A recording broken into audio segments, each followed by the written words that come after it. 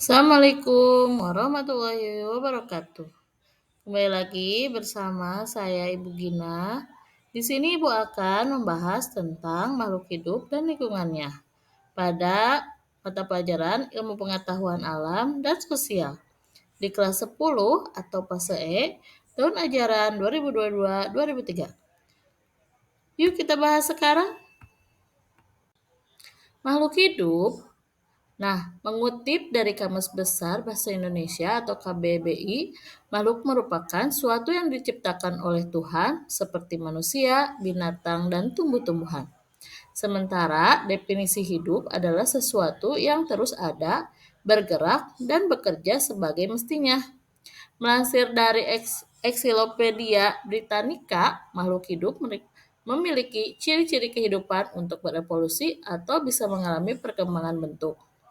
Selain itu, makhluk hidup atau organisme ini mampu menjalankan fungsi kehidupan serta mempunyai banyak sel dan jaringan dalam tubuhnya. Dengan kata lain, makhluk hidup adalah organisme atau suatu entitas yang mampu menjalankan fungsi-fungsi kehidupan, dalam hal ini manusia, hewan, dan tumbuhan. Nah, sekarang kita bahas ciri-ciri makhluk hidup. Apa saja sih ciri-ciri makhluk hidup?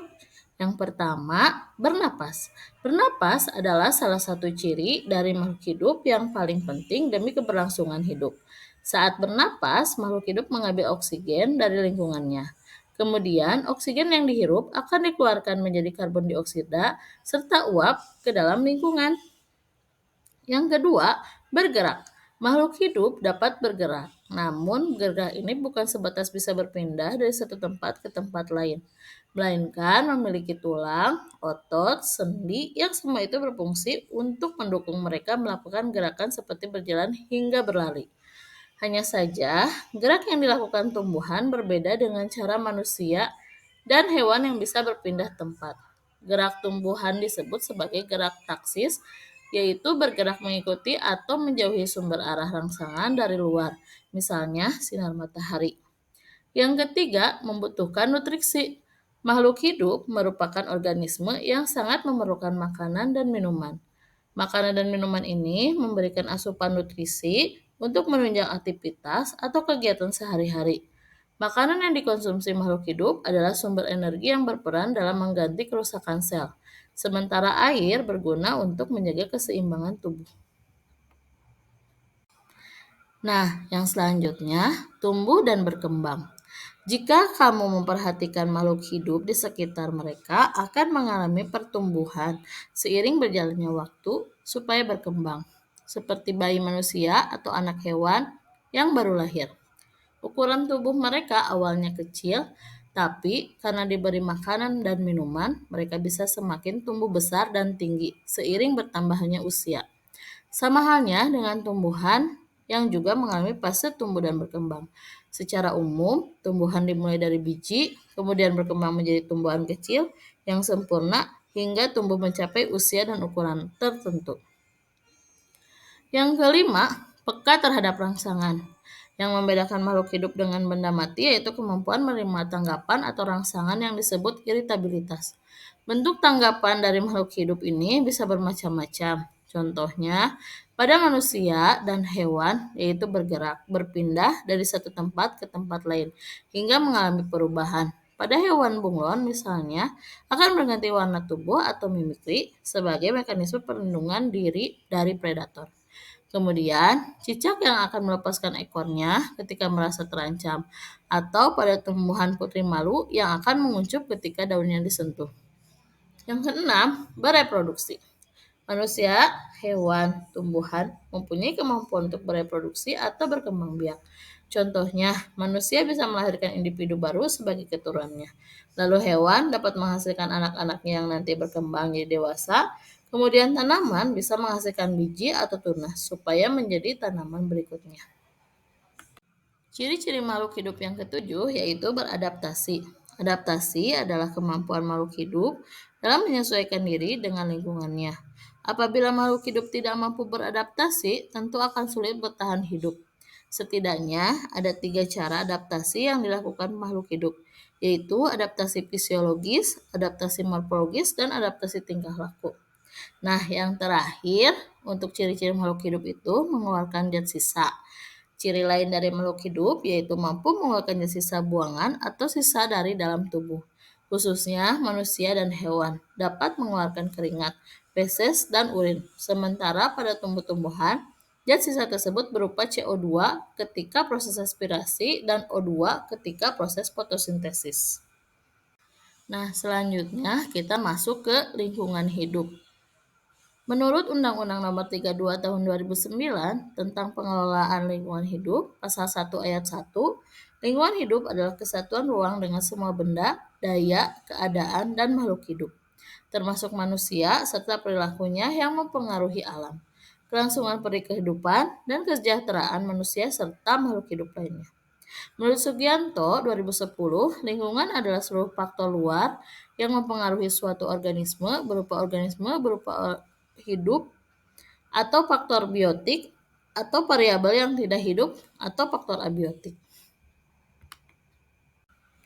Nah, kita masuk ke komponen lingkungan hidup. Apa aja sih komponen lingkungan hidup? Sekarang kita masuk ke komponen lingkungan hidup. Ada dua komponen lingkungan hidup itu. Yang pertama, komponen biotik dan komponen abiotik. Komponen abiotik yaitu merupakan komponen penyusun ekosistem yang terdiri dari benda-benda tak hidup. Secara terperinci, komponen abiotik merupakan keadaan fisik dan kimia di sekitar organisme yang menjadi medium atau substrat untuk menunjang berlangsungnya kehidupan organisme tersebut. Dan komponen biotik merupakan semua makhluk hidup yang terdapat dalam lingkungan, seperti hewan, tumbuhan, manusia, dan organisme lainnya. Nah, selanjutnya kita bahas tentang komponen biotik terlebih dahulu. Ada 6 macam komponen biotik. Yang pertama, ada individu. Individu ini adalah tingkat paling dasar dari organisasi biotik dan merujuk pada satu organisme tunggal. Organisme individual dapat berupa tanaman, hewan, atau mikroorganisme. Yang kedua, ada populasi. Populasi adalah kelompok individu dari spesies yang sama yang tinggal dalam suatu daerah ekosistem dan memiliki potensi untuk saling berinteraksi dan berkembang biak. Yang ketiga, ada komunitas. Komunitas terbentuk ketika dua atau lebih populasi dari spesies yang berbeda hidup dan berinteraksi bersama dalam satu daerah ekosistem. Contohnya, dalam hutan, komunitas dapat terdiri dari berbagai spesies pohon, hewan, dan mikroorganisme yang hidup bersama. Nah, selanjutnya ada ekosistem. Ekosistem adalah kesatuan yang lebih besar yang terdiri dari komunitas biotik yang berinteraksi dengan lingkungannya, termasuk faktor abiotik seperti air, tanah, dan iklim. Ekosistem dapat berupa ekosistem hutan, ekosistem laut, dan sebagainya. Yang kelima ada landscape. Landscape menggambarkan wilayah yang lebih luas yang terdiri dari beberapa ekosistem yang berbeda. Landscape mencakup sejumlah ekosistem yang berbeda dan dapat mencakup wilayah yang cukup besar, seperti hutan, pegunungan, dataran rendah, dan sungai. Yang terakhir ada biosfer. Biosfer ini adalah tingkat organisasi yang paling luas, mencakup seluruh permukaan bumi dan semua ekosistem yang ada di dalamnya. Biosfer mencakup semua makhluk hidup di dunia ini dan interaksi mereka dengan lingkungan fisik. Nah, selanjutnya ada komponen biotik berdasarkan peranannya. Yang pertama ada produsen. Autotrof adalah organisme yang menghasilkan senyawa organik kompleks seperti karbohidrat, lemak, dan protein, menggunakan karbon dari zat sederhana seperti karbon dioksida, umumnya menggunakan energi dari cahaya atau fotosintesis atau reaksi kimia anorganik atau kemosintesis. Organisme ini mengubah sumber energi abiotik, misalnya cahaya, menjadi energi yang tersimpan dalam senyawa organik yang dapat digunakan oleh organisme lain, misalnya heterotrof. Yang kedua ada konsumen. Konsumen adalah komponen biotik yang bersifat heterotrof atau memperoleh makanan dengan cara memakan makhluk hidup lainnya. Konsumen dibedakan menjadi beberapa tingkatan. konsumen primer yang memakan produsen, konsumen sekunder yang memakan konsumen primer, dan konsumen tersier yang memakan konsumen sekunder. Contoh konsumen adalah hewan dan tumbuhan pemakan serangga. Yang ketiga ada pengurai. Komponen biotik selanjutnya adalah pengurai. Pengurai adalah jenis organisme yang menguraikan bahan organik menjadi zat yang lebih sederhana. Pengurai menguraikan bahan organik di dalam tubuhnya. Contoh pengurai adalah cacing tanah, siput, dan juga belatung. Nah, selanjutnya kita masuk ke komponen abiotik. Apa saja sih komponen abiotik itu? Yang pertama ada udara. Udara merupakan satu di antara contoh komponen abiotik yang bisa ditemukan di berbagai tempat. Di dalam udara terkandung berbagai zat, di antaranya nitrogen, oksigen, karbon dioksida, dan gas lainnya. Oksigen yang menjadi satu di antara komponen penyusun udara dibutuhkan untuk pernapasan makhluk hidup seperti oleh tumbuhan, hewan, dan manusia. Sementara karbon dioksida dibutuhkan oleh tumbuhan dalam fotosintesis. Yang kedua, ada air. Jumlah air di seluruh permukaan bumi ada sekitar 71%. Selain itu, air menjadi komponen tubuh makhluk hidup, sekitar 80-90% tubuh makhluk hidup tersusun oleh air. Air digunakan sebagai pelarut dalam sitoplasma, tempat berlangsungnya reaksi kimia tubuh menjaga tekanan osmosis sel, dan mencegah sel dari kekeringan. Yang ketiga ada tanah. Tanah disebut pula sebagai tempat hidup bagi organisme penyusun ekosistem. Tanah adalah sumber utama tersedianya mineral yang diperlukan oleh makhluk hidup. Contohnya adalah belerang, kalium, kalsium, natrium, dan fosfor. Mineral tersebut kemudian dimanfaatkan dalam metabolisme tubuh, menjaga keseimbangan asam basa, dan mengatur fungsi fisiologi tubuh. Selanjutnya ada cahaya matahari. Matahari memiliki pengaruh sangat besar pada kelangsungan hidup makhluk hidup. Matahari adalah bagian dari sumber energi terbesar bagi makhluk hidup di bumi. Tumbuhan memanfaatkan cahaya matahari secara langsung dalam fotosintesis. Kemudian hewan dan manusia memanfaatkan cahaya matahari melalui tumbuhan dan produsen lainnya. Yang kelima atau yang terakhir, suhu dan kelembaban. Suhu lingkungan sangat mempengaruhi makhluk hidup. Suhu lingkungan ditentukan oleh banyaknya sinar matahari yang diserap oleh komponen penyusun ekosistem. Makhluk hidup rata-rata dapat bertahan hidup pada kisaran suhu 0 sampai 40 derajat Celcius. Suhu ideal bagi kelangsungan makhluk hidup sekitar 27 derajat Celcius. Maka itu Indonesia yang terletak di daerah khatulistiwa dengan suhu hangat sepanjang tahun memiliki keanekaragaman hayati yang tinggi sebab banyak makhluk hidup yang dapat bertahan hidup pada kondisi ini. Sekarang kita masuk ke interaksi antar komponen ekosistem.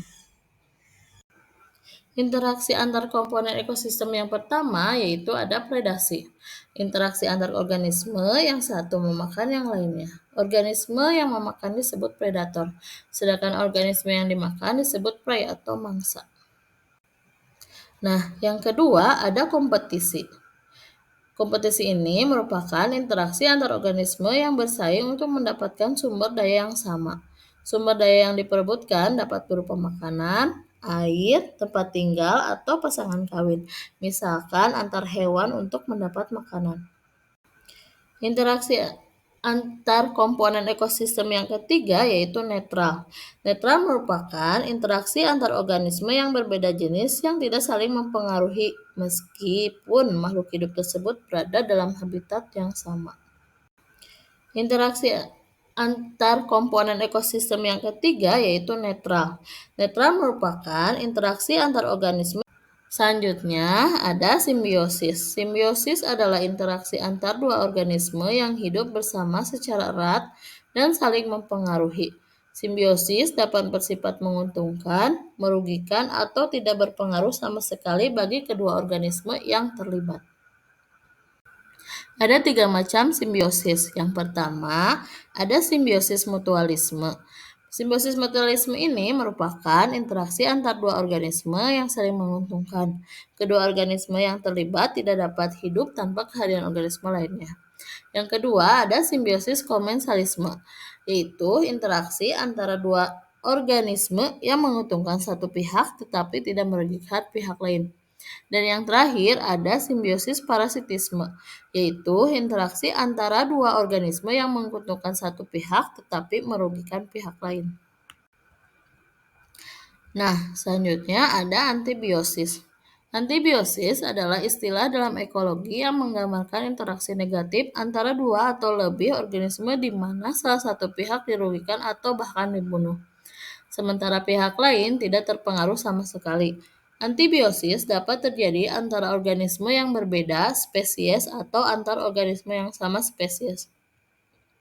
Berikut adalah contoh antibiosis dalam ekosistem. Yang pertama, antibiosis antara tumbuhan dan hama. Yang kedua, antibiosis antara bakteri dan bakteri. Yang ketiga, antibiosis antara jamur dengan jamur. Pembahasan selanjutnya kita ke keseimbangan ekosistem. Jika interaksi-interaksi ini terjadi secara dinamis, maka ekosistem berada dalam keseimbangan. Keseimbangan ekosistem adalah kondisi di mana hubungan antara komponen-komponen dalam suatu ekosistem berlangsung secara harmonis dan seimbang. Keseimbangan ekosistem ini penting untuk menjaga kelangsungan hidup semua makhluk hidup di dalam ekosistem. Keseimbangan ekosistem dapat dipengaruhi oleh berbagai faktor, antara lain faktor biotik adalah faktor yang berasal dari makhluk hidup seperti populasi organisme, interaksi antar organisme, dan rantai makanan. Yang kedua ada faktor abiotik adalah faktor yang berasal dari lingkungan fisik seperti iklim, cuaca, dan tanah. Keseimbangan ekosistem dapat terganggu oleh berbagai faktor, antara lain perubahan iklim, populasi dapat menyebabkan kerusakan pada faktor abiotik, aktivitas manusia seperti penebangan hutan, pemburuan, dan pembangunan dapat mengganggu faktor biotik atau abiotik. Pada ekosistem juga terjadi peristiwa makan dan dimakan yang disebut dengan rantai makanan. Rantai makanan ini saling berkaitan sehingga membentuk jaring-jaring makanan. Rantai makanan dan jaring-jaring makanan penting untuk kelangsungan hidup ekosistem. Rantai makanan menyediakan sumber makanan bagi organisme, sedangkan jaring-jaring makanan menunjukkan hubungan antar organisme dalam ekosistem. Ada juga piramida makanan. Adalah sebuah diagram yang menggambarkan hubungan antara produsen dan konsumen dalam sebuah ekosistem. Piramida makanan biasanya digambarkan dalam bentuk piramida terbalik, dengan produsen di dasar dan konsumen di puncaknya. Selanjutnya, kita bahas ke pencemaran lingkungan. Pencemaran lingkungan didefinisikan sebagai perubahan faktor abiotik akibat kegiatan yang melebihi ambang batas toleransi ekosistem biotik. Misalnya saja, penggunaan kendaraan bermotor ataupun alat pengolahan bahan baku yang terkadang tidak sesuai dengan standarisasi lingkungan. Ada dua jenis bahan dalam pencemaran. Yang pertama, degradable, yaitu polutan yang dapat diuraikan kembali atau dapat diturunkan sifat bahayanya ke tingkat yang dapat diterima oleh proses alam. Yang kedua, non-degradable, yaitu polutan yang tidak dapat diuraikan oleh kemampuan proses alam itu sendiri. Pencemaran lingkungan disebabkan oleh beragam faktor, namun faktor terbesarnya adalah manusia. Sadar atau tidak, kita telah berkontribusi dalam proses pencemaran lingkungan. Mulai dari pertambahan jumlah penduduk yang tak terkendali, banyaknya sumber-sumber zat pencemaran sehingga alam tak mampu menetralisir. Selain itu, banyak juga aktivitas sehari-hari yang tanpa disadari menjadi faktor rusaknya lingkungan. Di antaranya, yang pertama, penggunaan kantong plastik secara masif, pembuangan sampah dan limbah deterjen ke sungai, penggunaan AC berlebih, pembuangan limbah elektronik yang tak sesuai aturan, pembakaran hutan, penggunaan kendaraan pribadi sehingga menimbulkan lebih banyak polusi, pembuangan limbah pabrik atau kotoran ke sungai, dan penebangan hutan yang mengakibatkan hutan tak mampu menyerap karbon dioksida lebih banyak, dan lain-lain. Kita masuk ke macam-macam pencemaran. Yang pertama ada pencemaran udara. Pencemaran udara dapat berupa gas dan partikel. Contohnya sebagai berikut. Gas H2S, gas ini bersifat racun terdapat di kawasan gunung berapi. Bisa juga dihasilkan oleh pembakaran minyak bumi dan batu bara. Gas CO dan CO2, karbon monoksida, tidak berwarna dan tidak berbau. Bersifat racun, merupakan khas pembakaran yang sempurna dari bahan buangan mobil dan mesin katup. Gas CO2 dalam udara murni berjumlah 0,03%. Dampak dari pencemaran udara sendiri adalah hujan asam, perubahan cuaca yang ekstrim, penipisan ozon, peningkatan kasus kerusakan mata hingga kanker kulit. Oleh sebab itu, sangat penting untuk mengatasi pencemaran udara ini, di mana udara merupakan kebutuhan dasar manusia. Yang kedua, ada pencemaran air. Polusi air dapat disebabkan oleh beberapa jenis pencemar sebagai berikut: pembuangan limbah industri, sisa insektisida, dan pembuangan sampah domestik. Misalnya, sisa deterjen mencemari air. Bila terjadi pencemaran di air, maka terjadi akumulasi zat pencemar pada tumbuh organisme air. Akumulasi pencemar ini semakin meningkat pada organisme pemangsa yang lebih besar. Dampak dari pencemaran air ini yaitu media penyebaran penyakit, peningkatan alga dan eceng gondok, menurunkan kadar oksigen dalam air hingga mengganggu organisme di perairan, mengganggu pernapasan karena bau yang menyengat. Dengan adanya pembuangan limbah mengandung bahan kimia berbahaya dapat merusak lingkungan yang ada di sekitar jika tidak dikelola dengan hati-hati. Yang ketiga, ada pencemaran tanah. Pencemaran tanah disebabkan oleh beberapa jenis pencemaran, yaitu sampah-sampah plastik yang sukar hancur, botol, karet sintetis, pecahan kaca, dan kaleng. Deterjen yang bersifat non-biodegradable secara alami sulit diuraikan. Zat kimia dari buangan pertanian, misalnya insektisida. Dan yang terakhir ada pencemaran suara. Polusi suara disebabkan oleh suara bising kendaraan bermotor, kapal terbang, deru mesin pabrik, radio atau tape recorder yang berbunyi keras sehingga mengganggu pendengaran. Pernah ada kasus warga yang merasa terganggu dengan suara mesin boiler milik pabrik kelapa sawit. Setiap hari mereka tidak bisa tidur nyenyak, terutama anak-anak karena bising dari mesin itu. Menurut WHO, tingkat pencemaran didasarkan pada kadar zat pencemar dan waktu atau lamanya kontak. Pencemaran suara. Tingkat pencemaran sendiri dibedakan menjadi 3, yaitu pencemaran yang mulai mengakibatkan iritasi atau gangguan ringan pada panca indera dan tubuh serta menimbulkan kerusakan pada ekosistem lainnya. Misalnya, gas buangan kendaraan bermotor yang menyebabkan mata pedih. Yang kedua, ada pencemaran yang sudah mengakibatkan reaksi pada tubuh dan menyebabkan sakit yang kronis. Misalnya, pencemaran air raksa di Minamata, Jepang yang menyebabkan kanker dan lahirnya bayi cacat. Yang ketiga, pencemaran yang kadar zat pencemarnya demikian besarnya sehingga menimbulkan gangguan dan sakit atau kematian dalam lingkungan, misalkan pencemaran nuklir. Kita sekarang akan memasuki cara menanggulangi pencemaran lingkungan. Cara menanggulangi pencemaran lingkungan yang pertama yaitu penanggulangan secara administratif. Penanggulangan secara administratif terhadap pencemaran lingkungan merupakan tugas pemerintah, yaitu dengan membuat peraturan-peraturan atau undang-undang. Beberapa peraturan yang telah dikeluarkan antara lain sebagai berikut. Yang pertama, pabrik tidak boleh menghasilkan produk atau barang yang dapat mencemari lingkungan. Yang kedua, industri harus memiliki unit-unit pengolahan limbah, padat, cair, dan gas, sehingga limbah yang dibuang ke lingkungan sudah terbebas dari zat-zat membahayakan lingkungan. Yang ketiga, pembuangan sampah dari pabrik harus dilakukan ke tempat-tempat tertentu yang jauh dari pemukiman. Yang keempat, sebelum dilakukan pembangunan pabrik atau proyek-proyek industri, harus dilakukan analisis mengenai dampak lingkungan. Dan terakhir, pemerintah mengeluarkan buku mutu lingkungan, artinya standar untuk menentukan mutu suatu lingkungan. Cara menanggulangi pencemaran lingkungan yang kedua yaitu penanggulangan secara teknologi. Penanggulangan pencemaran lingkungan secara teknologis misalnya menggunakan peralatan untuk mengolah sampah atau limbah. Di Surabaya terdapat suatu tempat pembakaran akhir sampah dengan suhu sangat tinggi sehingga tidak membuang asap. Tempat tersebut dinamakan insinerator.